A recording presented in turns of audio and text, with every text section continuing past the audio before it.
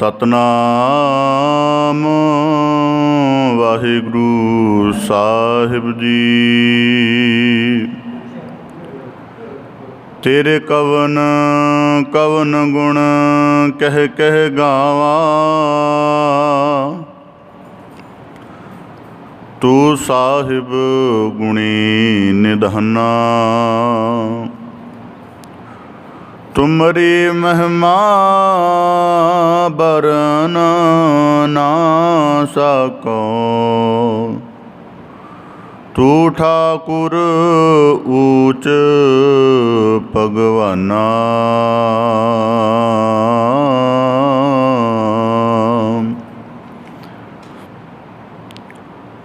मोको तार ले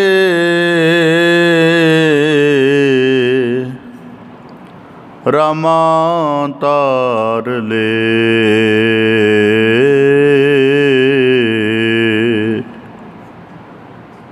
मैं अजान जाना तर बे ना जानो। बाप बिठला बहादे, नर ते सुर होए जात निमख मैं, सतगुर बुध सिखलाई।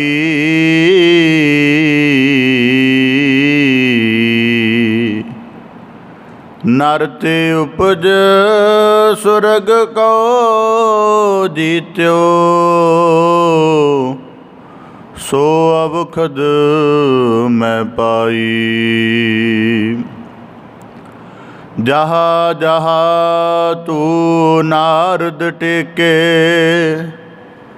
नैक टिकावो मोहे। तेरे नाम अविलंब बहुत जन उदरे, नामे की निज मत ए। संसार समुंदे तार गोबिंदे, तार लै बाप बीठला।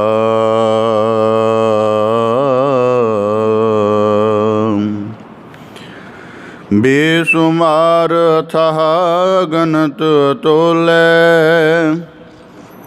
जो बुलावो त्यो नानक दास बोले। सतनाम वाहिगुरु साहिब जी। पाशं करोत अगरणी वह, निरासं आस पूर्णः। पाशं करोत अगरणी वह, निरासं आस पूर्णः। निर्धन पयं तनवन्तः, रोगियं रोगखण्डनः। भगत्यं भगतदानं, राम नाम गुण कीर्तनः। पार ब्रह्म पुरख दातारः, नानक गुर सेवा किन न लभ्यते। पार ब्रह्म पुरख दातारः, नानक गुर सेवा किन न लभ्यते। वाहिगुरु जी का खालसा, वाहिगुरु जी की फतेह। धन धन सतगुरु गुरु गरीब निवाज पतित पावन भगत वशल किरपा निध सतगुरु श्री गुरु ग्रंथ साहिब जी दीन दयाल पातशाह, तिन्हां दी अपार मेहरामत है,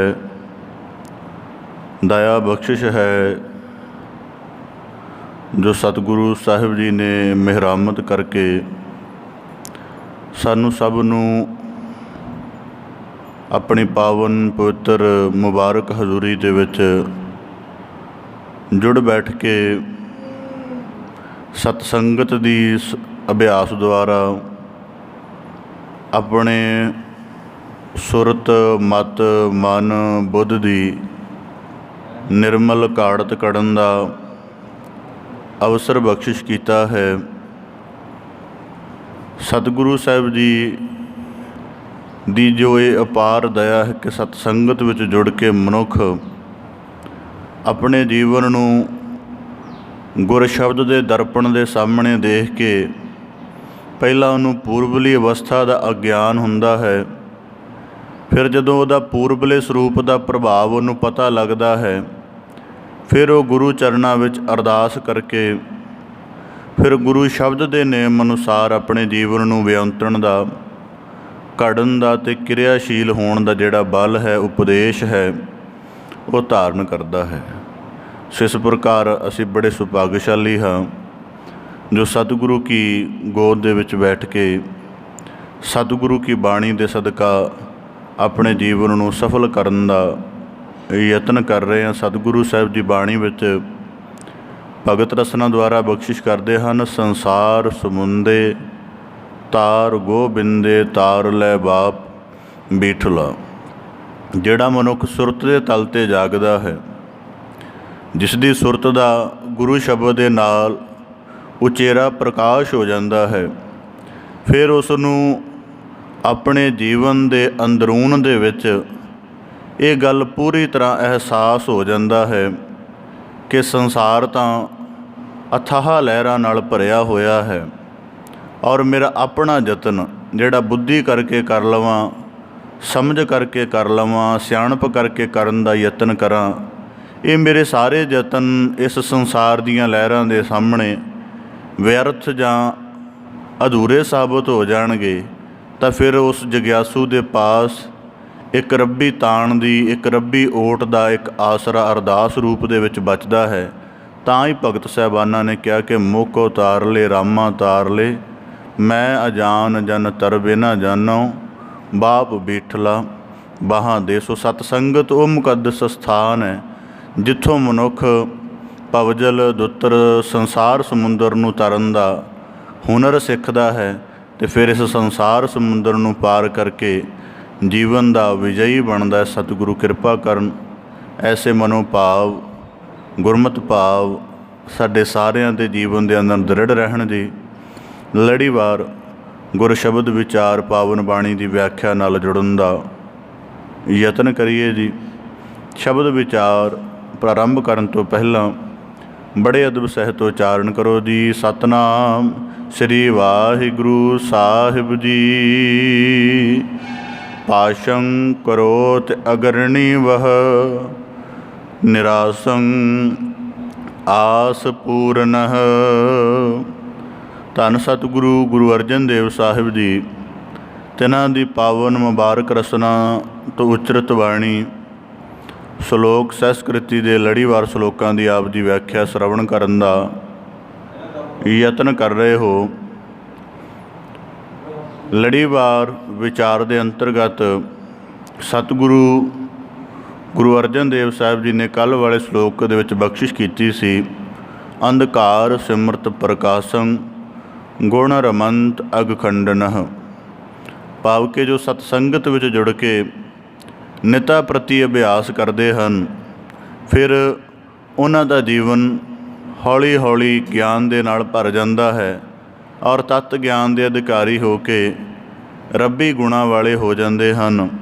ਅਤੇ ਰੱਬੀ ਗੁਣਾਂ ਨੂੰ ਧਾਰਨ ਕਰਦਿਆਂ ਕਰਦਿਆਂ ਉਹਨਾਂ ਦਾ ਜੀਵਨ ਇਤਨਾ ਪਰਿਪੂਰਨ ਹੋ ਜਾਂਦਾ ਹੈ ਕਿ ਉਹ ਸਤਿਗੁਰੂ ਦੀ ਨਜ਼ਰ ਦਾ ਪੂਰੀ ਤਰ੍ਹਾਂ ਪਾਤਰ ਬਣ ਜਾਂਦਾ ਹੈ। ਸੋ ਕੱਲ੍ਹ ਵਾਲੇ ਪਾਵਨ ਸ਼ਲੋਕ ਦੇ ਵਿੱਚ ਗੁਰੂ ਸਾਹਿਬ ਜੀ ਨੇ ਸਾਨੂੰ ਸਤਸੰਗਤ ਦੀ ਮਹਿਮਾ ਦ੍ਰਿੜ ਕਰਵਾ ਕੇ ਉਸ ਦੇ ਵਿੱਚ ਅਭਿਆਸ ਕਰਨ ਵਾਲੇ ਗੁਰਸਿੱਖਾਂ ਦੀ ਮਨੋ ਅਵਸਥਾ, ਜੀਵਨ ਅਵਸਥਾ ਬਾਰੇ ਜ਼ਿਕਰ ਕਰਕੇ ਉਪਦੇਸ਼ ਬਖਸ਼ਿਸ਼ ਕੀਤਾ ਸੀ।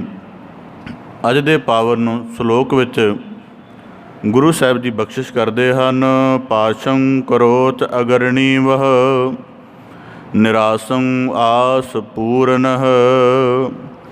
ਜਦ ਸੰਸਾਰ ਦੇ ਉੱਪਰ ਗਹਿਰੀ ਨਜ਼ਰ ਮਾਰ ਕੇ ਦੇਖੀਏ ਤਾਂ ਸੰਸਾਰ ਦੇ ਵਿੱਚ ਜਿੱਥੇ ਤੰਦਰੁਸਤ ਨਜ਼ਰੀ ਆ ਰਿਹਾ ਹੈ, ਉੱਥੇ ਰੋਗੀ ਵੀ ਆਪਣੀ ਅਵਸਥਾ ਕਰਕੇ, ਆਪਣੀ ਹਾਲਤ ਕਰਕੇ ਕਲਪ ਰਿਹਾ। ਜੇ ਸੰਸਾਰ ਦੇ ਵਿੱਚ ਕੋਈ ਅਮੀਰੀ ਦੇ ਨਾਲ ਭਰਿਆ ਹੋਇਆ ਹੈ ਅਤੇ ਉੱਥੇ ਸੰਸਾਰ ਦੇ ਵਿੱਚ ਗਰੀਬੀ ਦਾ ਜਿਹੜਾ ਪ੍ਰਭਾਵ ਹੈ ਉਹਨੇ ਵੀ ਕਿਸੇ ਨਾ ਕਿਸੇ ਨੂੰ ਜਕੜਿਆ ਹੋਇਆ ਹੈ। ਇਸੇ ਪ੍ਰਕਾਰ ਜੇ ਸੰਸਾਰ ਦੇ ਵਿੱਚ ਬੜੇ ਪ੍ਰਤਿਸ਼ਠਾਵਾਨ ਨੇ, ਧਨਵੰਤ ਨੇ, ਪਤਵੰਤ ਨੇ, ਜਿਨ੍ਹਾਂ ਨੂੰ ਉਹਨਾਂ ਦੇ ਗੁਣ ਕਰਕੇ, ਉਹਨਾਂ ਦੇ ਪਦਾਰਥ ਕਰਕੇ, ਉਹਨਾਂ ਦੀ ਪ੍ਰਤਿਭਾ ਕਰਕੇ ਸੰਸਾਰ ਦੇ ਹਰੇਕ ਪ੍ਰਾਣੀ ਮਾਤਰ ਕੋਲੋਂ ਸਨਮਾਨ ਮਿਲਦਾ ਹੈ, ਅਤੇ ਕੁਝ ਸੰਸਾਰ ਦੇ ਵਿੱਚ ਅਜਿਹੇ ਵੀ ਹਨ ਜਿਨ੍ਹਾਂ ਨੂੰ ਸਤਿਕਾਰ, ਪਾਤਰਤਾ ਕੀ ਉਹ ਆਮ ਮਨੁੱਖਤਾ ਦੀ ਸ਼੍ਰੇਣੀ ਦੇ ਵਿੱਚ ਵੀ ਗਿਣਨਾ ਉਹਨਾਂ ਨੂੰ ਜਿਹੜਾ ਜ਼ਮਾਨਾ ਠੀਕ ਨਹੀਂ ਸਮਝਦਾ। ਤਾਂ ਇਹੋ ਜਿਹੇ ਮਨੋਭਾਵਾਂ ਦੇ ਅੰਤਰਗਤ ਸਨਮੁਖ ਸਾਨੂੰ ਸਤਿਗੁਰੂ ਸਾਹਿਬ ਜੀ ਫਿਰ ਫਰਮਾਉਂਦੇ ਹਨ ਕਿ ਜਦੋਂ ਮਨੁੱਖ ਨਿਮਾਣਾ ਹੈ, ਨਿਤਾਣਾ ਹੈ, ਨਿਆਸਰਾ ਹੈ, ਉਹਦੇ ਜੀਵਨ ਦਾ ਕੋਈ ਤਾਣ ਨਹੀਂ ਹੈ, ਕੋਈ ਆਸਰਾ ਨਹੀਂ ਹੈ, ਕੋਈ ਸਹਾਇਕ ਨਹੀਂ ਹੈ, ਕੋਈ ਉਹਦਾ ਸੰਗੀ ਨਹੀਂ ਹੋਣਾ ਚਾਹੁੰਦਾ, ਤਾਂ ਫਿਰ ਉਹਦਾ ਸੰਗੀ ਕੌਣ ਬਣੇ ਜਿਹਦੇ ਕਰਕੇ ਉਹਨੂੰ ਆਪਣਾ ਜੀਵਨ ਉਚੇਰਾ ਪ੍ਰਤੀਤ ਹੋਵੇ, ਜਾਂ ਅਕਾਲ ਪੁਰਖ ਦੀ ਬਖਸ਼ਿਸ਼ ਉਸ ਜੀਵ ਤੱਕ ਕਿਵੇਂ ਨਾਜ਼ਲ ਹੋਵੇ। ਇਸ ਨੁਕਤੇ ਨੂੰ ਮੁੱਖ ਰੱਖਦਿਆਂ ਗੁਰੂ ਸਾਹਿਬ ਜੀ ਬਖਸ਼ਿਸ਼ ਕਰਦੇ ਹਨ। ਧੰਨ ਸਤਿਗੁਰੂ ਗੁਰੂ ਨਾਨਕ ਸਾਹਿਬ ਜੀ ਦੇ ਪਾਵਨ ਮੁੱਖ ਵਾਕ ਨੇ। ਭਾਈ ਗੁਰਦਾਸ ਸਾਹਿਬ ਜੀ ਆਖਦੇ ਨਾਨਕ ਨਿਰਮਲ ਪੰਥ ਚਲਾਇਆ। ਹੁਣ ਇਸ ਨਿਰਮਲ ਪੰਥ ਦਾ ਇੱਕ ਰਾਜ ਹੈ ਹਲੇਮੀ ਰਾਜ। ਹਲੇਮੀ ਰਾਜ ਦਾ ਭਾਵ ਕਿ ਜਿੱਥੇ ਸਭ ਜੀ ਸੁਖਦ ਵਸਦੇ ਹਨ। ਤਾਂ ਉਹਦਾ ਇੱਕ ਸਿਧਾਂਤ ਹੈ, ਨੀਚਾ ਅੰਦਰ ਨੀਚ ਜਾਤ, ਨੀਚੀ ਹੂ ਅਤ ਨੀਚ, ਨਾਨਕ ਤਿਨ ਕੈ ਸੰਗ ਸਾਥ, ਵੱਡਿਆ ਸਿਓ ਕਿਆ ਰੀਸ। ਅੱਜ ਵਰਲਡ ਦੇ ਵਿੱਚ ਸਬਾਲਟਰਨ ਸਟੱਡੀਜ਼ ਦਾ ਐਡਾ ਵੱਡਾ ਪ੍ਰਭਾਵ ਹੈ, ਐਡਾ ਵੱਡਾ ਪਸਾਰ ਹੈ ਕਿ ਜਿਹੜੇ ਹਾਸ਼ੀਆਗਤ ਲੋਕ ਨੇ ਇਹਨਾਂ ਦੇ ਬਾਰੇ ਬਹੁਤ ਖੋਜ ਹੋ ਰਹੀ ਹੈ। ਧੰਨ ਸਤਿਗੁਰੂ ਗੁਰੂ ਨਾਨਕ ਸਾਹਿਬ ਜੀ ਨੇ ਕਿਹਾ ਕਿ ਜਿਹੜੇ ਨੀਚ ਅਤੇ ਉਹਨਾਂ ਤੋਂ ਵੀ ਅੱਗੇ ਅਤ ਨੀਚ ਹਨ, ਮੇਰਾ ਉਹਨਾਂ ਦੇ ਨਾਲ ਸਾਥ ਹੈ, ਉਹਨਾਂ ਦੇ ਨਾਲ ਮੇਰਾ ਸੰਗ ਹੈ, ਉਹਨਾਂ ਦੇ ਸਾਥ ਹੀ ਉੱਠਣਾ ਬੈਠਣਾ, ਆਪਣਾ ਜੀਵਨ ਗੁਜ਼ਾਰਨਾ ਮੈਨੂੰ ਚੰਗਾ ਲੱਗਦਾ ਹੈ। ਐਸਾ ਗੁਰੂ ਸਾਹਿਬ ਜੀ ਨੇ ਬਾਣੀ 'ਚ ਆਖਿਆ। ਤਾਂ ਅੱਜ ਦੇ ਪਾਵਨ ਸਲੋਕ ਵਿੱਚ ਗੁਰੂ ਸਾਹਿਬ ਜੀ ਫਰਮਾ ਰਹੇ ਨੇ ਕਿ ਜੇ ਉਸ ਅਕਾਲ ਪੁਰਖ ਦੀ ਮਿਹਰਮਤ ਹੋ ਜਾਏ, ਜੇ ਉਸ ਦੀ ਨਜ਼ਰ ਕਿਸੇ ਕਿਣਕੇ ਦੇ ਵਿੱਚ ਹੋ ਜਾਵੇ ਤਾਂ ਕੀੜੀ ਵੀ ਪਾਤਸ਼ਾਹ ਹੋ ਜਾਂਦੀ ਹੈ। ਇਸੇ ਪ੍ਰਕਾਰ ਫਿਰ ਉਹਦੇ ਸ਼ਬਦ ਦਾ ਅਭਿਆਸ ਕਰਨ ਵਾਲੇ ਪਾਸ਼ੰ ਕਰੋਤ ਅਗਰਣੀ ਵਹ, ਜਿਹੜੇ ਸਮਾਜ ਦੀ ਕਿਸੇ ਪੱਧਰ 'ਤੇ ਵੀ ਗਿਣਤੀ ਵਿੱਚ ਨਹੀਂ ਆਉਂਦੇ ਸਨ, ਜਦੋਂ ਅਕਾਲ ਪੁਰਖ ਦੀ ਮਿਹਰਮਤ ਹੋ ਜਾਵੇ ਤਾਂ ਉਹ ਆਗੂ ਹੋ ਜਾਂਦੇ ਨੇ। ਉਹਨਾਂ ਨੂੰ ਸੰਸਾਰ ਦੀ ਰਹਿਨੁਮਾਈ ਕਰਨ ਦਾ, ਸੰਸਾਰ ਦੀ ਅਗਵਾਈ ਕਰਨ ਦਾ ਅਵਸਰ ਮਿਲ ਜਾਂਦਾ ਹੈ। ਇਸ ਗੱਲ ਨੂੰ ਪ੍ਰਮਾਣਿਕ ਤੌਰ 'ਤੇ ਵਾਚਣਾ ਹੋਵੇ। ਧੰਨ ਸਤਿਗੁਰੂ ਗੁਰੂ ਨਾਨਕ ਸਾਹਿਬ ਜੀ ਜਗਤ ਜਲੰਦੇ ਦਾ ਉਧਾਰ ਕਰਨ ਦਾ ਗੁਰੂ ਨਾਨਕ ਸਾਹਿਬ ਜੀ ਦੇ ਹਿਰਦੇ ਅੰਦਰ ਹੁਕਮੀ ਖਿਆਲ ਹੈ। ਹੁਣ ਸੰਸਾਰ ਨੂੰ ਬਾਣੀ ਦੇ ਮਹਾਂ ਉਪਦੇਸ਼ ਦੇ ਨਾਲ ਨਿਹਾਲ ਕਰਨਾ ਹੈ। ਸਤਿਨਾਮ ਦੀ ਰੀਤ ਸਾਰੇ ਜਗਤ ਵਿੱਚ ਦ੍ਰਿੜ ਕਰਾਉਣੀ ਹੈ। ਤਾਂ ਸਤਿਗੁਰੂ ਗੁਰੂ ਨਾਨਕ ਸਾਹਿਬ ਜੀ ਭਾਵੇਂ ਕਿ ਸਰਬ ਕਲਾ ਸਮਰੱਥ ਨੇ, ਪਰ ਫਿਰ ਵੀ ਸਤਿਗੁਰੂ ਗੁਰੂ ਨਾਨਕ ਸਾਹਿਬ ਜੀ ਨੇ ਆਪਣੇ ਜੀਵਨ ਦਾ ਜਦੋਂ ਉਦਾਸੀਆਂ ਦੇ ਲੰਬੇ ਸਫ਼ਰਾਂ 'ਤੇ ਸਤਿਗੁਰੂ ਸਾਹਿਬ ਜੀ ਨੇ ਆਪਣੀ ਦਇਆ, ਕਿਰਪਾ, ਗਿਆਨ ਦੀ ਬਖਸ਼ਿਸ਼ ਵਰਤਾਉਣ ਲਈ ਨਿਕਲਣਾ ਹੈ, ਉਦੋਂ ਇੱਕ ਸੰਗੀ ਚੁਣਦੇ ਹਨ। ਉਹ ਚੁਣਦੇ ਹਨ ਗੁਰੂ ਨਾਨਕ ਸਾਹਿਬ ਜੀ ਭਾਈ ਮਰਦਾਨਾ ਜੀ। ਉਹ ਭਾਈ ਮਰਦਾਨਾ ਜੀ ਜਿਹੜੇ ਸਰੰਗੀ ਫੜ ਕੇ ਸਵੇਰੇ ਘਰ ਤੋਂ ਨਿਕਲ ਪੈਂਦੇ ਨੇ ਅਤੇ ਕਿੰਨਾ ਚਿਰ ਜਿਹੜੇ ਨਗਰ ਦੇ ਪ੍ਰਤਿਸ਼ਠਾਵਾਨ ਅਮੀਰ ਲੋਕ ਨੇ ਉਹਨਾਂ ਦੇ ਘਰ ਅੱਗੇ ਬਹਿ ਕੇ ਸੋਹਲਾ ਗਾਉਂਦੇ ਨੇ, ਉਹਨਾਂ ਦੀ ਸਿਫਤ ਸਲਾਹ ਕਰਦੇ ਨੇ, ਕਵਿੱਤ ਘੜ ਕੇ ਉਹਨਾਂ ਦੀ ਸਿਫਤ 'ਚ ਪੜ੍ਹਦੇ ਨੇ ਅਤੇ ਥੋੜ੍ਹਾ ਬਹੁਤਾ ਜੀਵਨ ਦਾ ਨਿਰਵਾਹ ਚੱਲੀ ਜਾ ਰਿਹਾ। ਹੁਣ ਸਤਿਗੁਰੂ ਗੁਰੂ ਨਾਨਕ ਸਾਹਿਬ ਜੀ ਨੇ ਵਾਚਿਆ ਕਿ ਕੇਵਲ ਇਹ ਵਾਕ ਨਹੀਂ ਕਹੇ ਕਿ ਨੀਚਾ ਅੰਦਰ ਨੀਚ ਜਾਤ।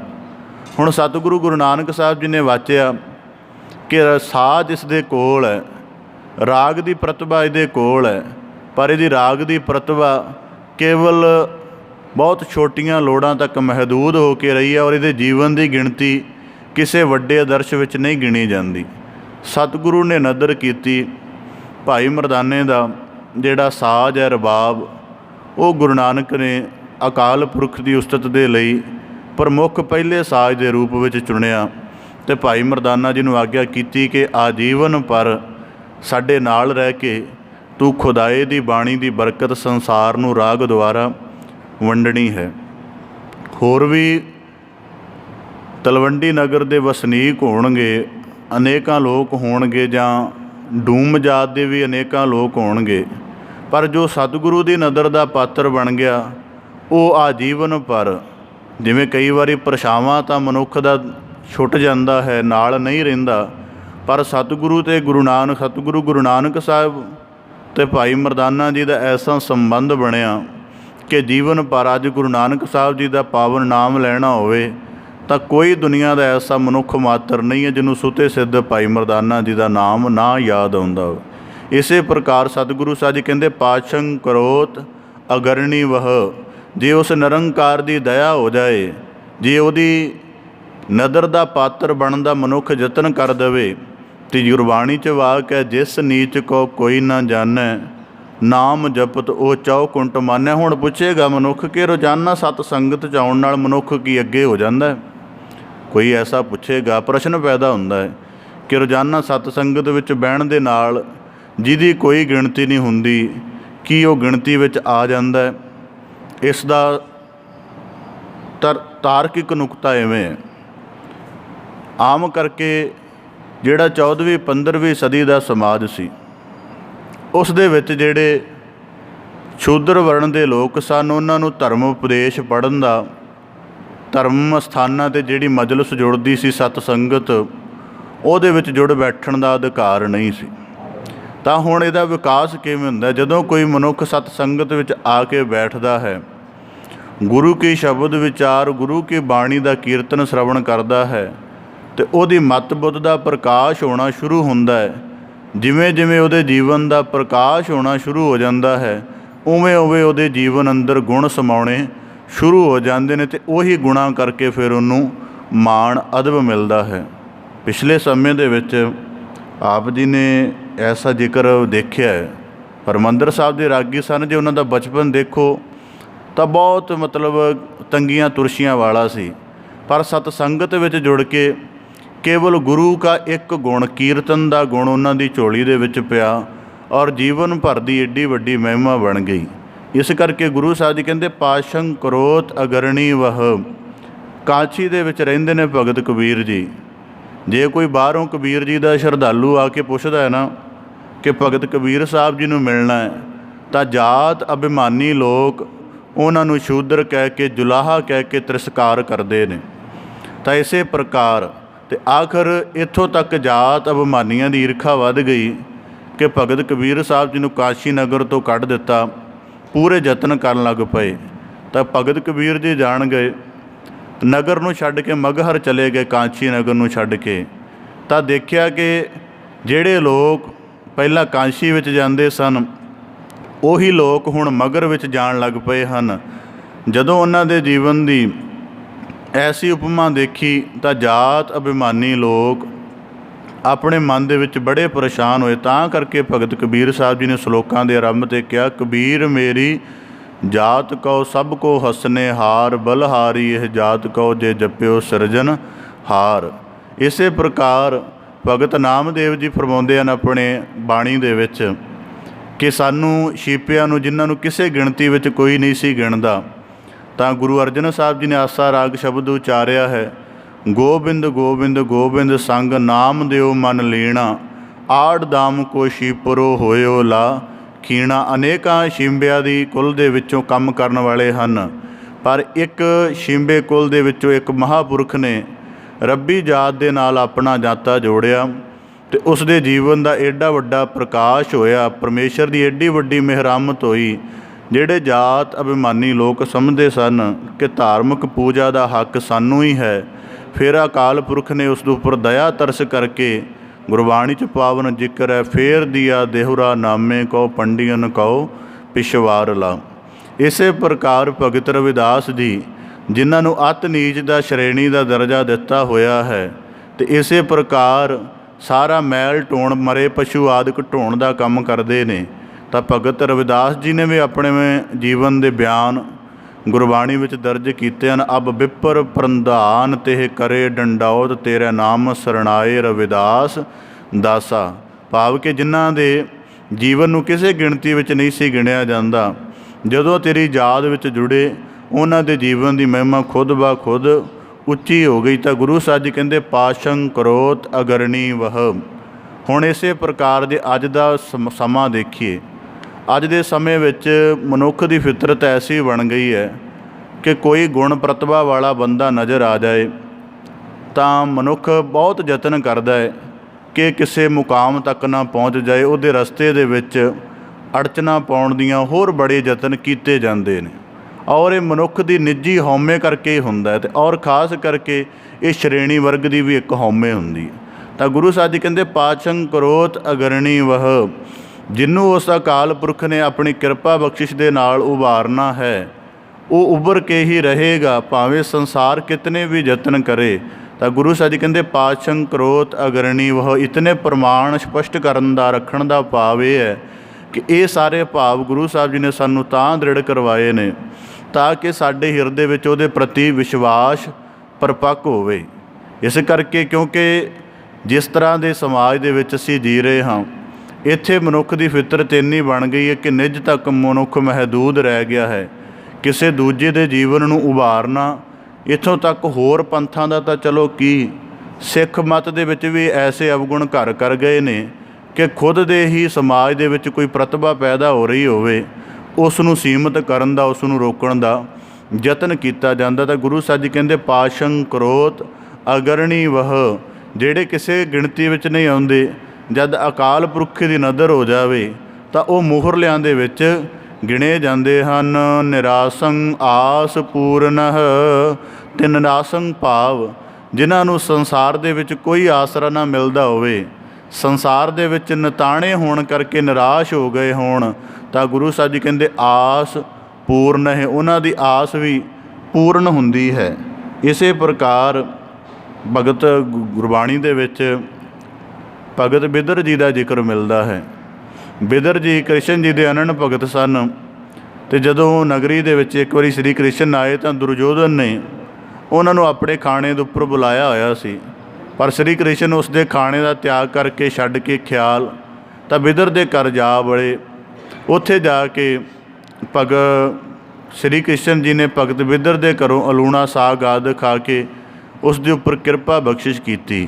ਤਾਂ ਜਦੋਂ ਦੁਰਯੋਧਨ ਨੇ ਇਸ ਗੱਲ ਦਾ ਇਤਰਾਜ਼ ਜਤਾਇਆ, ਰੋਸ ਕੀਤਾ ਕਿ ਤੁਸੀਂ ਮੈਨੂੰ ਉੱਚ ਜਾਤੀ ਵਾਲੇ ਨੂੰ ਛੱਡ ਕੇ ਇੱਕ ਨਿਮਨ ਜਾਤੀ ਵਾਲੇ ਦੇ ਘਰ ਗਏ ਹੋ, ਤਾਂ ਇਸੇ ਪ੍ਰਕਾਰ ਫਿਰ ਬਾਣੀ 'ਚ ਵਾਕ ਨੇ ਖੀਰ ਸਮਾਨ ਸਾਗ ਮੈਂ ਪਾਇਆ, ਗੁਣ ਗਾਵਤ ਰੈਨ ਬਿਹਾਨੀ, ਕਬੀਰ ਕੋ ਠਾਕੁਰੰਦ ਸੁਆਮੀ ਜਾਤ ਨਾ ਕਾਹੂ ਕੀ ਮਾਨੀ। ਹੁਣ ਇਸੇ ਪ੍ਰਕਾਰ ਕਿ ਜਦੋਂ ਅਕਾਲ ਪੁਰਖ ਖੁਦ ਧਰਤੀ 'ਤੇ ਸਰਗੁਣ ਸਰੂਪ ਧਾਰ ਕੇ ਵਿਚਰਦੇ ਹਨ, ਫਿਰ ਉਹਨਾਂ ਸਾਰਿਆਂ ਨਿਮਨ ਨੂੰ, ਸਾਰਿਆਂ ਨੂੰ ਉਭਾਰਦੇ ਹਨ। ਸਤਿਗੁਰੂ ਗੁਰੂ ਨਾਨਕ ਸਾਹਿਬ ਜੀ ਨੇ ਆਪਣੀਆਂ ਪਹਿਲੀਆਂ ਉਦਾਸੀਆਂ ਦਾ ਪਹਿਲਾ ਮੁਕਾਮ ਭਾਈ ਲਾਲੋ ਜੀ ਦੇ ਘਰ ਨੂੰ ਬਣਾਇਆ ਹੈ। ਇਸ ਨਗਰ ਦੇ ਵਿੱਚ ਸੱਜਣ ਠੱਗ ਨੂੰ, ਸ਼ੇਖ ਨੂੰ ਸਾਰੇ ਜਾਣਦੇ ਨੇ, ਪਰ ਭਾਈ ਲਾਲੋ ਨੂੰ ਜਾਣਦੇ ਨੇ ਪਰ ਬਹੁਤ ਨਿਮਨ ਕਰਕੇ। ਪਰ ਅੱਜ ਜਦੋਂ ਅਸੀਂ ਭਾਈ ਲਾਲੋ ਜੀ ਦਾ ਨਾਮ ਲੈਂਦੇ ਹਾਂ ਤਾਂ ਇੱਕ ਬੜੀ ਵੱਡੀ ਉਚੇਰੀ ਮਹਿਮਾ ਉਹਨਾਂ ਦੀ ਸਾਡੇ ਸਾਹਮਣੇ ਮਾਨਸਿਕਤਾ ਵਿੱਚ ਉੱਭਰਦੀ ਹੈ ਕਿ ਉਦਾਸੀਆਂ ਦਾ ਪਹਿਲਾ ਮੁਕਾਮ ਬਣਾਉਣ ਵਾਲੇ ਸਤਿਗੁਰੂ ਗੁਰੂ ਨਾਨਕ ਸਾਹਿਬ ਜੀ ਭਾਈ ਲਾਲੋ ਦੇ ਗ੍ਰਹਿ ਦੀ ਚੋਣ ਕਰਦੇ ਹਨ। ਇਸੇ ਪ੍ਰਕਾਰ ਗੁਰੂ ਸਾਹਿਬ ਜੀ ਕਹਿੰਦੇ ਨਿਰਾਸੰ ਆਸ ਪੂਰਨ ਹੈ। ਫਿਰ ਨਿਰਾਸੰ ਆਸ ਪੂਰਨ ਦਾ ਭਾਵ ਇਹ ਹੈ ਕਿਹੜੇ ਜਿਹੜੇ ਜਗਤ ਤੋਂ ਬਿਲਕੁਲ ਨਿਰਾਸ਼ ਹੋ ਚੁੱਕੇ ਹਨ, ਜਿਨ੍ਹਾਂ ਨੂੰ ਕੇਵਲ ਉਸ ਦੇ ਦਰਸ਼ਨਾਂ ਦੀ ਚਾਹਤ ਹੈ, ਮੋਖ ਪਦਵੀ ਦੀ ਚਾਹਤ ਹੈ, ਫਿਰ ਪਰਮੇਸ਼ਰ ਉਹਨਾਂ ਨੂੰ ਮੋਖ ਪਦਵੀ ਬਖਸ਼ਿਸ਼ ਕਰਕੇ ਉਹਨਾਂ ਦੀ ਆਸ ਪੂਰਨ ਕਰਦੇ ਹਨ। ਨਿਰਧਨ ਪਯੰ ਤਨਵੰਤਹ। ਤਾਂ ਗੁਰੂ ਸਾਹਿਬ ਜੀ ਅਗਲੇ ਪੰਕਤੀ ਵਿੱਚ ਬਖਸ਼ਿਸ਼ ਕਰਦੇ ਹਨ ਨਿਰਧਨ ਪਯੰ ਤਨਵੰਤਹ। ਜਿਹੜੇ ਕੰਗਾਲ ਕਹੇ ਜਾਂਦੇ ਹਨ, ਗਰੀਬ ਕਹੇ ਜਾਂਦੇ ਹਨ, ਜੇ ਉਹਦੀ ਕਿਰਪਾ ਦਾ ਪਾਤਰ ਬਣ ਜਾਣ ਤਾਂ ਉਹਨਾਂ ਦੇ ਜੀਵਨ ਦੇ ਵਿੱਚ ਵੀ ਅਨੰਤ ਪਦਾਰਥਾਂ ਦਾ ਭੰਡਾਰ ਲੱਗ ਜਾਂਦਾ ਹੈ, ਅਨੰਤ ਸੰਪत्ति ਦੇ ਮਾਲਕ ਬਣ ਜਾਂਦੇ ਹਨ। ਭਯੰ ਧਨਵੰਤਹ। ਤਾਂ ਇਸੇ ਪ੍ਰਕਾਰ ਕਿ ਹੁਣ ਧਨਵੰਤ ਕੋਈ ਮਨੁੱਖ ਕਿਵੇਂ ਹੁੰਦਾ ਹੈ?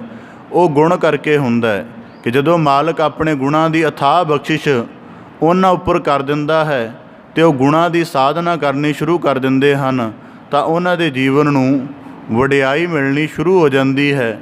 ਸਰਬ ਕਾਰਨਾਂ ਕਰਕੇ ਉਹਨਾਂ ਦਾ ਜੀਵਨ ਸੰਪੰਨ ਹੋ ਜਾਂਦਾ ਹੈ। ਰੋਗੀਅੰ ਰੋਗ ਖੰਡਨ ਹੈ।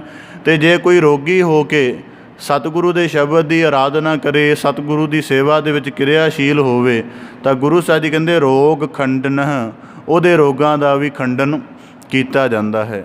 ਸ਼ਾਇਦ ਆਪ ਜੀ ਇਸ ਗੱਲ ਤੋਂ ਜਾਣੂ ਹੋਵੋ ਕਿ ਇਸ ਨਾਸਾ ਦਾ ਇੱਕ ਵਿਗਿਆਨ ਸੀ ਰਿਤੂ ਭਾਰਦਵਾਜ। ਉਹ ਕਿਸ ਕੈਂਸਰ ਆਦਿਕ ਬਿਮਾਰੀ ਦੇ ਨਾਲ ਬੜਾ ਵੱਡੇ ਪੱਧਰ 'ਤੇ ਪੀੜਤ ਹੋ ਗਿਆ, ਬੜੇ ਇਲਾਜ ਕਰਵਾਏ, ਔਰ ਆਪ ਬਹੁਤ ਵੱਡਾ ਵਿਗਿਆਨਕ ਸੀ, ਪਰ ਦੂਸਰਾ ਪੱਖ ਸੀ ਕਿ ਉਹ ਨਾਸਤਿਕ ਸੀ। ਤਾਂ ਜੀਵਨ ਭਰ ਕੋਈ ਅਕਾਲ ਪੁਰਖ ਦਾ ਚਿੰਤਨ ਉਹਦੀ ਯਾਦ ਦਾ ਅਭਿਆਸ ਨਾ ਬਣਿਆ। ਜਦੋਂ ਸਾਰੇ ਪਾਸਿਆਂ ਤੋਂ ਉਹਦੇ ਰੋਗ ਦੀ ਹਾਲਤ ਕਰਕੇ ਜਵਾਬ ਹੋ ਗਿਆ, ਤਾਂ ਜ਼ਿਕਰ ਹੈ ਕਿ ਫਿਰ ਉਹ ਹਰਿਮੰਦਰ ਸਾਹਿਬ ਵਿਖੇ ਆ ਕੇ ਸਤਿਗੁਰੂ ਦੀ ਸ਼ਰਨ ਦੇ ਵਿੱਚ ਜਦੋਂ ਉਸਨੇ ਬੈਠ ਕੇ ਅਦਬ ਦੇ ਨਾਲ ਬਾਣੀ ਦਾ ਪਾਠ ਸ਼ਰਵਣ ਕੀਤਾ, ਕੀਰਤਨ ਸ਼ਰਵਣ ਕੀਤਾ, ਤਾਂ ਉਸਦੇ ਆਪਣੇ ਕਹਿਣ ਦੀ ਜ਼ੁਬਾਨੀ ਹੈ ਕਿ ਇੱਕ ਵਾਰੀ ਇਉਂ ਪ੍ਰਤੀਤ ਹੋਇਆ ਹੋਵੇ ਜਿਵੇਂ ਮੌਤ ਤੋਂ ਉੱਭਰ ਕੇ ਆਇਆ ਹੋਵਾਂ, ਅਤੇ ਫਿਰ ਸ਼ਵਸ਼ ਦੇਹੀ ਇਹ ਜੀਵਨ ਮਿਲਿਆ। ਇਸੇ ਪ੍ਰਕਾਰ ਗੁਰੂ ਸਾਹਿਬ ਜੀ ਕਹਿੰਦੇ ਰੋਗੀਅੰ ਰੋਗ ਖੰਡਨ ਹੈ। ਹੁਣ ਸਤਿਗੁਰੂ ਦੋਵਾਂ ਪ੍ਰਕਾਰਾਂ ਕਰਕੇ ਇਹ ਸਤਿਗੁਰੂ ਦੀ ਨਜ਼ਰ ਹੈ ਕਿ ਉਹਨੇ ਆਪਣੀ ਕਿਰਪਾ ਦ੍ਰਿਸ਼ਟੀ ਦੇ ਨਾਲ ਰੋਗ ਮੇਟ ਦੇਣਾ ਹੈ, ਜਾਂ ਆਪਣੇ ਹਸਤ ਕਮਲਾਂ ਦੀ ਸੇਵਾ ਦੇ ਨਾਲ। ਧੰਨ ਸਤਿਗੁਰੂ ਗੁਰੂ ਨਾਨਕ ਦੇਵ ਸਾਹਿਬ ਜੀ ਦੀਪਾਲਪੁਰ ਗਏ ਨੇ। ਸਤਿਗੁਰੂ ਸਾਹਿਬ ਜੀ ਰਾਤ ਦੇ ਹਨੇਰੇ ਦੇ ਵਿੱਚ ਕੁਟੀਆ ਦੇ ਵਿੱਚ ਠਹਿਰ ਗਏ। ਅਜੇ ਇਕਾਂਤ ਸੁਭਾਅ ਦੇ ਵਿੱਚ ਬੈਠੇ ਨੇ, ਇੱਕ ਮਨੁੱਖ ਦੇ ਉੱਚੀ ਉੱਚੀ ਚੀਕਣ ਦੀ, ਰੋਣ ਦੀ, ਕੁਰਲਾਉਣ ਦੀ ਆਵਾਜ਼ ਆਈ। ਸਤਿਗੁਰੂ ਗੁਰੂ ਨਾਨਕ ਸਾਹਿਬ ਜੀ ਨੇ ਭਾਈ ਮਰਦਾਨਾ ਜੀ ਨੂੰ ਪੁੱਛ ਕੇ ਦੇਖਿਆ ਕਿ ਕੌਣ ਹੈ, ਤਾਂ ਥੋੜ੍ਹੀ ਦੂਰੀ 'ਤੇ ਇੱਕ ਹਟਵਾਂ ਕੋਹੜੀ ਬੈਠਾ ਹੋਇਆ ਸੀ। ਤਾਂ ਸਤਿਗੁਰੂ ਸਾਹਿਬ ਜੀ ਕਹਿਣ ਲੱਗੇ, ਤੂੰ ਇਸ ਜਗ੍ਹਾ ਕਿੱਥੇ ਕਿਵੇਂ ਆਇਆ? ਕਹਿਣ ਲੱਗਾ, ਜੀ ਮੈਂ ਕੋਹੜੀ ਹਾਂ। ਪਰਿਵਾਰ, ਸਮਾਜ ਅਤੇ ਨਗਰ ਵਾਲਿਆਂ ਨਿਰਣਾ ਕੀਤਾ ਕਿ ਕੋਹੜ ਦੀ ਬਿਮਾਰੀ ਹੋਰਾਂ ਨੂੰ ਨਾ ਲੱਗੇ, ਇਸ ਕਰਕੇ ਮੈਨੂੰ ਇੱਥੋਂ ਨਗਰ ਤੋਂ ਇੰਨੀ ਬਾਹਰ ਆ ਕੁਟੀਆ ਜੀ ਪਾ ਕੇ ਛੱਡ ਗਏ ਨੇ। ਕਦੀ ਕਦਾਈ ਕੋਈ ਮਨੁੱਖ ਇੱਕ ਅੱਧਾ ਭੋਜਨ ਇੱਥੇ ਛੱਡ ਜਾਂਦਾ ਅਤੇ ਮੈਂ ਆਪਣਾ ਜੀਵਨ ਗੁਜ਼ਾਰ ਕਰਦਾ। ਅਤੇ ਗੁਰੂ ਸਾਹਿਬ ਜੀ ਕਹਿੰਦੇ ਕੁਰਲਾਉਂਦਾ ਕਿਹੜੀ ਗੱਲ ਤੋਂ? ਕਹਿੰਦਾ, ਜੀ ਮੇਰੇ ਸਰੀਰ ਦੇ ਵਿੱਚ ਕੋਹੜ ਹੈ, ਕੋਹੜ ਕਰਕੇ ਜ਼ਖਮ ਹੋਏ ਨੇ, ਜ਼ਖਮਾਂ ਦੇ ਉੱਪਰ ਜਦ ਕੀੜੇ ਮੱਖੀਆਂ ਆਦਿਕ ਲੜਦੇ ਨੇ ਤਾਂ ਮੈਂ ਹਾਏ ਹਾਏ ਕਰਦਾ ਹਾਂ। ਤਾਂ ਸਤਿਗੁਰੂ ਗੁਰੂ ਨਾਨਕ ਸਾਹਿਬ ਜੀ ਨੂੰ ਕੋਹੜੀ ਕਹਿਣ ਲੱਗਾ ਕਿ ਤੁਸੀਂ ਕੌਣ ਹੋ? ਤਾਂ ਗੁਰੂ ਨਾਨਕ ਸਾਹਿਬ ਜੀ ਕਹਿਣ ਲੱਗੇ, ਅਸੀਂ ਖੁਦਾਏ ਦੇ ਬੰਦੇ ਹਾਂ, ਉਹਦੀ ਸਿਫਤ ਸਲਾਹ ਕਰਕੇ ਆਪਣੇ ਜੀਵਨ ਨੂੰ ਬਸਰ ਕਰ ਰਹੇ ਹਾਂ, ਜੀਵਨ ਦਾ ਆਨੰਦ ਮਾਣ ਰਹੇ ਹਾਂ। ਤਾਂ ਉਹ ਕਹਿਣ ਲੱਗਾ, ਮੇਰੇ ਉੱਪਰ ਵੀ ਦਇਆ ਤਰਸ ਕਰੋ। ਤਾਂ ਇਸ ਪ੍ਰਕਾਰ ਫਿਰ ਸਤਿਗੁਰੂ ਗੁਰੂ ਨਾਨਕ ਸਾਹਿਬ ਜੀ ਕਹਿਣ ਲੱਗੇ ਕਿ ਅਸੀਂ ਸ਼ਬਦ ਉਚਾਰਨ ਕਰਾਂਗੇ, ਤੂੰ ਕੇਵਲ ਸ਼ਬਦ ਨੂੰ ਦ੍ਰਿੜ ਕਰਕੇ ਲਿਵਲੀਨ ਇਕਾਗਰ ਭਾਵ ਦੇ ਨਾਲ ਸ਼ਰਵਣ ਕਰਨਾ, ਤੇਰਾ ਕੋਹੜ ਦੂਰ ਹੋ ਜਾਏਗਾ। ਉਸਨੇ ਐਸਾ ਵਿਸ਼ਵਾਸ ਧਰਿਆ। ਸਤਿਗੁਰੂ ਗੁਰੂ ਨਾਨਕ ਸਾਹਿਬ ਜੀ ਨੇ ਸ਼ਬਦ ਉਚਾਰਿਆ, ਜੀਉ ਤਪਤ ਹੈ ਬਾਰੋ ਬਾਰ, ਤਪ ਤਪ ਖਪੈ ਬਹੁਤ ਬੇਕਾਰ, ਜੈ ਧਨ ਬਾਣੀ ਵਿਸਰ ਜਾਏ, ਜੋ ਪੱਕਾ ਰੋਗੀ ਵਿਲ ਲਾਏ। ਜਦੋਂ ਸਤਿਗੁਰੂ ਸਾਹਿਬ ਜੀ ਨੇ ਭਾਈ ਮਰਦਾਨਾ ਜੀ ਦੇ ਰਬਾਬ ਦੀ ਛੇੜੀ ਤਾਨ ਦੇ ਨਾਲ ਇਹ ਸ਼ਬਦ ਦਾ ਉਚਾਰਨ ਕੀਤਾ, ਉਸ ਕੋਹੜੀ ਨੇ ਸ਼ਰਵਣ ਕੀਤਾ ਇਹ ਸ਼ਬਦ, ਤਾਂ ਉਸ ਨੂੰ ਇਉਂ ਲੱਗਿਆ ਕਿ ਜਿਵੇਂ ਮੇਰਾ ਸਾਰਾ ਕੋਹੜ ਕੱਟਿਆ ਗਿਆ, ਉਹਦੇ ਅੰਦਰੋਂ ਸਾਰੀ ਦਰਦ, ਸਾਰੀ ਪੀੜ ਜਾਂਦੀ ਰਹੀ। ਅਤੇ ਉਸ ਨੂੰ ਇਉਂ ਮਹਿਸੂਸ ਹੋਇਆ ਕਿ ਸ਼ਬਦ ਦੇ ਸ਼ਰਵਣ ਕਰਨ ਦੇ ਨਾਲ ਨਾਲ ਉਹਦੀ ਦੇਹ ਦਾ ਕੋਹੜ ਵੀ ਖਤਮ ਹੋਣਾ ਸ਼ੁਰੂ ਹੋ ਗਿਆ। ਰੋਗੀਅੰ ਰੋਗ ਖੰਡਨ ਹੈ। ਹੁਣ ਇਹਦੇ ਵਿੱਚ ਇਸ ਤੋਂ ਅਗਲਾ ਭਾਵ ਗੁਰੂ ਅਰਜਨ ਦੇਵ ਸਾਹਿਬ ਜੀ ਮਹਾਰਾਜ ਜਿੱਥੇ ਸ਼ਬਦ ਕਰਕੇ ਮਨੁੱਖਤਾ ਨੂੰ ਨਵਾਜਿਸ਼ ਕਰਕੇ ਭਲਾ ਕੀਤਾ, ਉੱਥੇ ਸਤਿਗੁਰੂ ਗੁਰੂ ਅਰਜਨ ਦੇਵ ਸਾਹਿਬ ਜੀ ਨੇ ਅੰਮ੍ਰਿਤਸਰ ਨਗਰ ਤੋਂ ਬਾਹਰ ਤਰਨ ਤਾਰਨ ਵਿਖੇ ਕੁਸ਼ਟ ਆਸ਼ਰਮ ਵੀ ਬਣਾਇਆ ਸੀ। ਭਾਵ ਕਿ ਸਾਰੇ ਸ਼ਹਿਰ ਦੇ ਕੋਹੜੀ ਉਸ ਜਗ੍ਹਾ ਗੁਰੂ ਸਾਹਿਬ ਜੀ ਨੇ ਖੁਦ ਆਪ ਇਕੱਤਰਿਤ ਕੀਤੇ। ਆਪ ਇਕੱਤਰਿਤ ਕਰਕੇ ਫਿਰ ਸਤਿਗੁਰੂ ਸਾਹਿਬ ਜੀ ਜਦੋਂ ਤਰਨ ਤਾਰਨ ਨਗਰ ਵਸਾਇਆ ਗਿਆ, ਤਾਂ ਇੱਥੇ ਆਪ ਉਹਨਾਂ ਕੋਹੜੀਆਂ ਦੀ ਵਿਸ਼ੇਸ਼ ਰੂਪ ਕਰਕੇ ਸੇਵਾ ਕਰਦੇ ਸਨ। ਔਰ ਦੂਜੀ ਗੱਲ, ਹੁਣ ਤਾਂ ਚਲੋ ਇਸ ਤਰ੍ਹਾਂ ਦਾ ਨਹੀਂ ਭਾਵ ਕਦੇ ਆਲੇ ਦੁਆਲੇ 'ਚ ਦੇਖਣ ਨੂੰ ਮਿਲਦਾ। ਕੁਸ਼ਟ ਆਸ਼ਰਮ ਦੇ ਵਿੱਚ ਕਦੇ ਜਾਈਏ ਤਾਂ ਕਈ ਵਾਰੀ ਉਹਨਾਂ ਦੇ ਸਰੀਰ ਦੀ ਹਾਲਤ ਇਤਨੀ ਦਰਦਨਾਕ, ਇਤਨੀ ਘ੍ਰਿਣਾਮਈ ਹੁੰਦੀ ਹੈ ਕਿ ਮਨੁੱਖ ਉਹਦੀ ਸੇਵਾ ਕਰਨੀ ਤਾਂ ਦੂਰ, ਉਹਦੇ ਨੇੜੇ ਬੈਠਣਾ ਵੀ ਪਸੰਦ ਨਹੀਂ ਕਰਦਾ। ਅਤੇ ਗੁਰੂ ਸਾਹਿਬ ਜੀ ਕਹਿੰਦੇ ਰੋਗੀਅੰ ਰੋਗ ਖੰਡਨ ਹੈ। ਭਾਵ ਜੇ ਸਤਿਗੁਰੂ ਦੀ ਨਜ਼ਰ ਹੋ ਜਾਵੇ ਤਾਂ ਰੋਗੀਆਂ ਦੇ ਰੋਗ ਦਾ ਖੰਡਨ ਵੀ ਕਰਦੇ। ਔਰ ਗੁਰੂ ਸਾਹਿਬ ਦਾ ਐਡਾ ਵੱਡਾ ਪਰਉਪਕਾਰ ਹੈ ਕਿ 8ਵੇਂ ਪਾਤਸ਼ਾਹ ਸਤਿਗੁਰੂ ਗੁਰੂ ਹਰਿਕ੍ਰਿਸ਼ਨ ਸਾਹਿਬ ਜੀ ਦਿੱਲੀ ਵਿਖੇ ਚੇਚਕ ਦਾ ਰੋਗ ਫੈਲ ਗਿਆ ਤਾਂ ਸਤਿਗੁਰੂ ਸਾਹਿਬ ਜੀ ਦੀ ਸਰੀਰਕ ਅਵਸਥਾ ਛੋਟੀ ਹੈ, ਪਰ ਸਤਿਗੁਰੂ ਜੀ ਆਪਣੇ ਸਰੀਰ ਦੀ, ਆਪਣੇ ਜੀਵਨ ਦੀ ਪਰਵਾਹ ਕੀਤੇ ਬਿਨਾਂ ਦਿਨ ਰਾਤ ਚੇਚਕ ਦੇ ਰੋਗੀਆਂ ਦੀ ਸੇਵਾ ਦੇ ਵਿੱਚ ਜੁਟੇ ਰਹੇ। ਅਤੇ ਭਾਵੇਂ ਉਸ ਰੋਗ ਦਾ ਕੁਝ ਪ੍ਰਭਾਵ ਸਤਿਗੁਰੂ ਸਾਹਿਬ ਜੀ ਦੇ ਸਰੀਰ ਉੱਪਰ ਵੀ ਪਿਆ, ਪਰ ਰੋਗੀਆਂ ਰੋਗ ਖੰਡਨੇ, ਰੋਗੀਆਂ ਦੇ ਉਦਾਹਰਣ ਹਿੱਤ ਸਤਿਗੁਰੂ ਗੁਰੂ ਹਰਿਕ੍ਰਿਸ਼ਨ ਸਾਹਿਬ ਜੀ ਜੋਤੀ ਜੋਤ ਸਮਾ ਗਏ, ਪਰ ਉਹਨਾਂ ਨੇ ਰੋਗੀਆਂ ਦੇ ਰੋਗ ਦਾ ਉਦਾਹਰਣ ਕਰਨ ਦਾ ਪੁਰਜ਼ੋਰ ਬਖਸ਼ਿਸ਼ ਭਰਿਆ ਯਤਨ ਕੀਤਾ। ਇਸੇ ਪ੍ਰਕਾਰ ਗੁਰੂ ਸਾਹਿਬ ਜੀ ਕਹਿੰਦੇ ਰੋਗੀਆਂ ਰੋਗ ਖੰਡਨ ਹੈ। ਹੁਣ ਦੂਜੀ ਗੱਲ ਹੈ, ਅੱਜ ਦਾ ਸਮਾਂ ਜਿਹੜਾ ਹੈ, ਭਾਵੇਂ ਕਿ ਸਰੀਰਕ ਰੋਗਾਂ ਦੇ ਸਾਰੇ ਸਾਧਨ ਇਲਾਜ ਉਪਲਬਧ ਹੋ ਗਏ ਨੇ, ਪਰ ਮਾਨਸਿਕ ਰੋਗਾਂ ਕਰਕੇ ਸਾਰੀ ਮਨੁੱਖਤਾ ਦਿਨ ਬ ਦਿਨ ਇੱਕ ਸਮੱਸਿਆ ਦੇ ਵਿੱਚ ਘਿਰਦੀ ਜਾ ਰਹੀ ਹੈ। ਤਾਂ ਉਸ ਸਮੇਂ ਦੇ ਵਿੱਚ ਕੋਈ ਮਨੁੱਖ ਸਤ ਸੰਗਤ ਵਿੱਚ ਜੁੜਦਾ ਹੈ ਅਤੇ ਉਹਦੀ ਬੁੱਧੀ ਦਾ, ਉਹਦੇ ਭਾਵਾਂ ਦਾ, ਉਹਦੀਆਂ ਸੋਚਣੀਆਂ ਦਾ ਇੱਕ ਤਵਾਜ਼ਨ ਬਣਦਾ ਹੈ ਅਤੇ ਉਹ ਆਪਣੇ ਆਪ ਨੂੰ ਸ਼ਾਂਤ ਮਹਿਸੂਸ ਕਰਦਾ। ਇਸੇ ਪ੍ਰਕਾਰ ਗੁਰੂ ਸਾਹਿਬ ਜੀ ਕਹਿੰਦੇ ਰੋਗੀਆਂ ਰੋਗ ਖੰਡਨ ਹੈ। ਸਭ ਪ੍ਰਕਾਰ ਦੇ ਰੋਗੀਆਂ ਦਾ ਰੋਗ ਵੀ ਖੰਡਨ ਕਰਦੇ ਨੇ। ਗੁਰਬਾਣੀ ਦੇ ਵਿੱਚ ਸਤਿਗੁਰੂ ਸਾਹਿਬ ਜੀ ਨੇ ਬਖਸ਼ਿਸ਼ ਕਰਦੇ ਹਨ ਕਿ ਰੋਗੀ ਕਾ ਪ੍ਰਭ ਖੰਡੋ, ਰੋਗ ਦੁਖੀਏ ਕਾ ਮਿਟਾਵੋ ਪ੍ਰਭ ਸੋਗ। ਇਸੇ ਪ੍ਰਕਾਰ ਗੁਰੂ ਸਾਹਿਬ ਜੀ ਬਖਸ਼ਿਸ਼ ਕਰਦੇ ਹਨ ਭਗਤੰ ਭਗਤ ਦਾਨੰ ਰਾਮ ਨਾਮ ਗੁਣ ਕੀਰਤਨ। ਤਾਂ ਇਸੇ ਪ੍ਰਕਾਰ ਗੁਰੂ ਸਾਹਿਬ ਜੀ ਕਹਿੰਦੇ ਭਗਤੰ ਭਗਤ ਦਾਨੰ। ਫਿਰ ਇਸ ਤੋਂ ਇਲਾਵਾ, ਕਿਉਂਕਿ ਹੁਣ ਅਕਾਲ ਪੁਰਖ ਦੀ ਹਸਤੀ ਨੂੰ ਜਾਂ ਗੁਰੂ ਸਾਹਿਬਾਨਾਂ ਦੀ ਪਰਮ ਹਸਤੀ ਨੂੰ ਜਿਹੜੇ ਕੋਈ ਸਿੱਖ ਮੰਨਦੇ ਹਨ, ਹਰ ਕੋਈ ਆਪਣੀ ਮਨੋਭਾਵਨਾ ਕਰਕੇ ਮੰਨਦਾ ਹੈ। ਕੋਈ ਆਖਦਾ ਕਿ ਮੈਂ ਜੀਵਨ ਵਿੱਚ ਨਤਾਣਾ ਹਾਂ, ਮੇਰੇ ਜੀਵਨ ਦਾ ਉਭਾਰ ਹੋ ਜਾਏ। ਕੋਈ ਰੋਗੀ ਹੋਣ ਕਰਕੇ ਸਤਿਗੁਰੂ ਦੇ ਸ਼ਬਦ ਦੀ ਅਰਾਧਨਾ ਕਰਦਾ ਹੈ, ਕੋਈ ਨਿਰਧਨ ਹੋਣ ਕਰਕੇ ਧਨਵਾਨ ਹੋਣ ਦੇ ਲਈ ਸਾਧਨਾ ਕਰਦਾ ਹੈ। ਤਾਂ ਗੁਰੂ ਸਾਹਿਬ ਜੀ ਕਹਿੰਦੇ ਇਸ ਤੋਂ ਉੱਤਮ ਭਗਤ ਕਾਮਨਾ ਵਾਲੇ ਹਨ ਭਗਤਿਆਂ। ਉਹ ਭਗਤ ਜਿਹੜੇ ਭਗਤ ਦਾਨ ਦੀ ਕਾਮਨਾ ਕਰਦੇ ਹਨ ਕਿ ਜਿਵੇਂ ਗੁਰਬਾਣੀ ਦੇ ਵਿੱਚ ਪਾਵਨ ਵਾਕ ਹੈ, ਵਿਸਰ ਨਾਹੀ ਦਾ ਤਾਰ ਆਪਣਾ ਨਾਮ ਦੇਹੋ, ਗੁਣ ਗਾਵਾ ਦਿਨ ਰਾਤ ਨਾਨਕ ਚਾਓ। ਇਸੇ ਪ੍ਰਕਾਰ ਹੁਣ ਇਸ ਗੱਲ ਨੂੰ ਇਸ ਨੁਕਤੇ ਤੋਂ ਵੀ ਸਮਝਿਆ ਜਾਣਾ ਚਾਹੀਦਾ ਹੈ।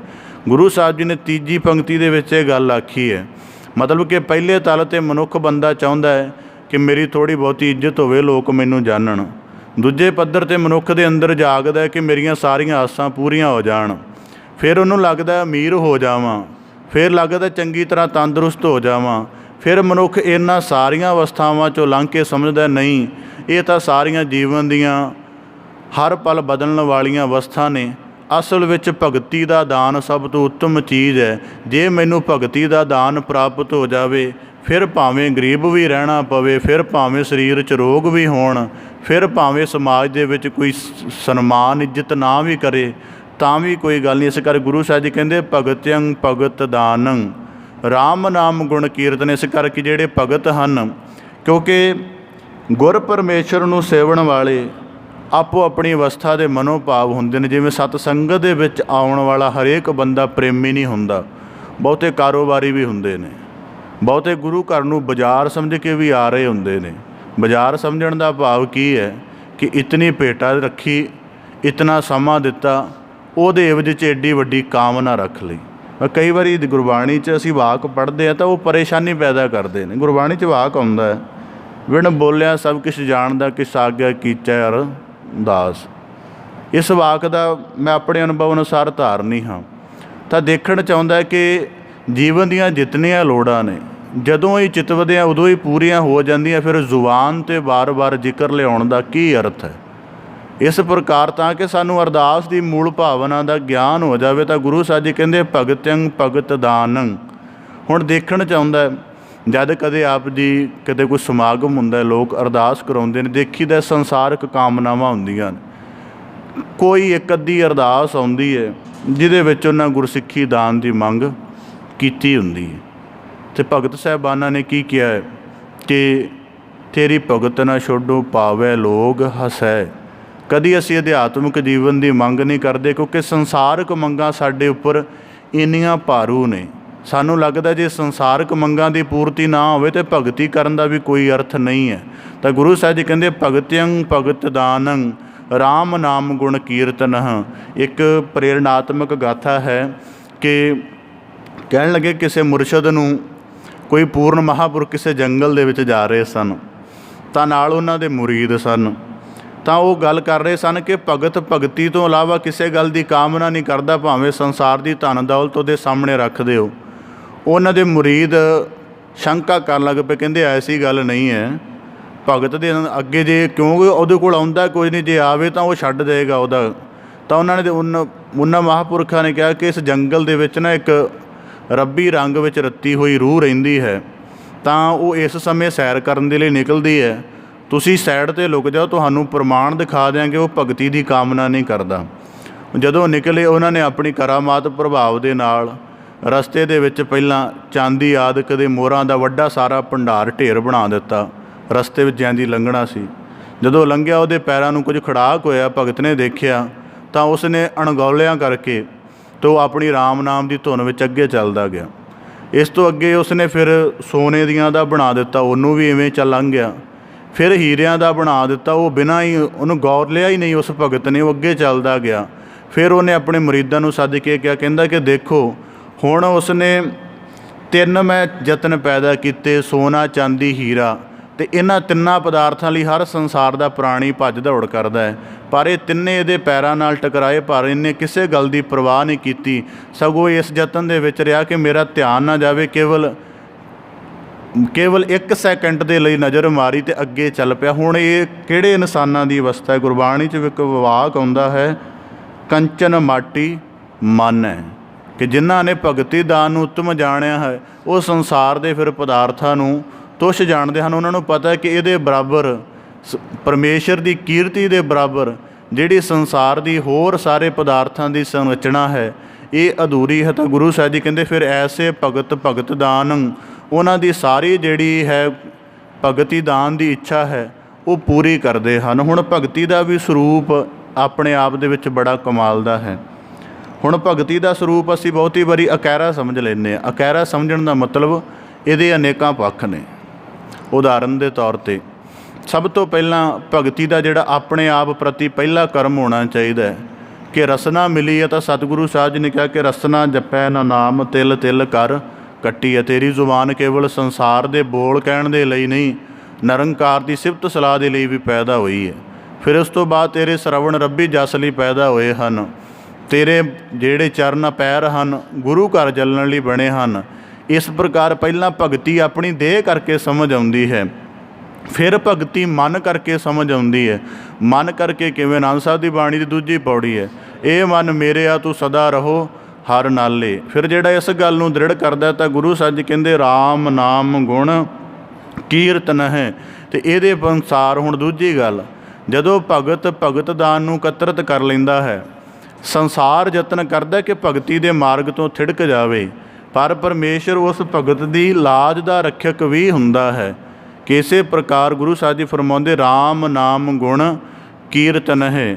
ਤਾਂ ਇਸੇ ਪ੍ਰਕਾਰ ਸਤਿਗੁਰੂ ਸਾਹਿਬ ਜੀ ਸਾਨੂੰ ਬਾਣੀ ਦੇ ਵਿੱਚ ਬਖਸ਼ਿਸ਼ ਕਰਦੇ ਹਨ ਕਿ ਜਦੋਂ ਭਗਤ ਕਬੀਰ ਸਾਹਿਬ ਜੀ ਦੇ ਉੱਪਰ ਯਾਤਨਾਵਾਂ ਕਰਕੇ ਉਹਨਾਂ ਨੂੰ ਕਸ਼ਟ ਪਹੁੰਚਾਉਣ ਦਾ ਯਤਨ ਕੀਤਾ, ਸਮੁੰਦਰ ਦੇ ਵਿੱਚ ਸੁੱਟਿਆ ਗਿਆ, ਤਾਂ ਭਗਤ ਕਬੀਰ ਸਾਹਿਬ ਜੀ ਨੇ ਜ਼ਿਕਰ ਬਾਣੀ 'ਚ ਰੱਖਿਆ, ਗੰਗਾ ਕੀ ਲਹਿਰ ਮੇਰੀ ਟੁੱਟੀ ਜੰਜੀਰ ਮ੍ਰਿਗਸ਼ਾਲਾ ਪਰ ਬੈਠੇ ਕਬੀਰ। ਅਤੇ ਜਦੋਂ ਭਗਤ ਨਾਮਦੇਵ ਜੀ ਦੀ ਸਾਧਨਾ ਨੂੰ ਦੇਖ ਕੇ ਉਸ ਸਮੇਂ ਦੇ ਸੁਲਤਾਨ ਨੇ ਉਹਨਾਂ ਦੇ ਉੱਪਰ ਹਾਥੀ ਦੁਆਰਾ ਪ੍ਰਹਾਰ ਕਰਨਾ ਚਾਹਿਆ, ਸੰਕਟ ਪਹੁੰਚਾਉਣੇ ਚਾਹੇ, ਤਾਂ ਉਸ ਦੇ ਵਿੱਚ ਗੁਰਬਾਣੀ ਦੇ ਵਿੱਚ ਜ਼ਿਕਰ ਆਉਂਦਾ ਹੈ ਕਿ ਕਰੈ ਗਜਿੰਦ ਸੁੰਡ ਕੀ ਚੋਟ ਨਾਮਾ ਉਬਰੈ ਹਰ ਕੀ ਓਟ।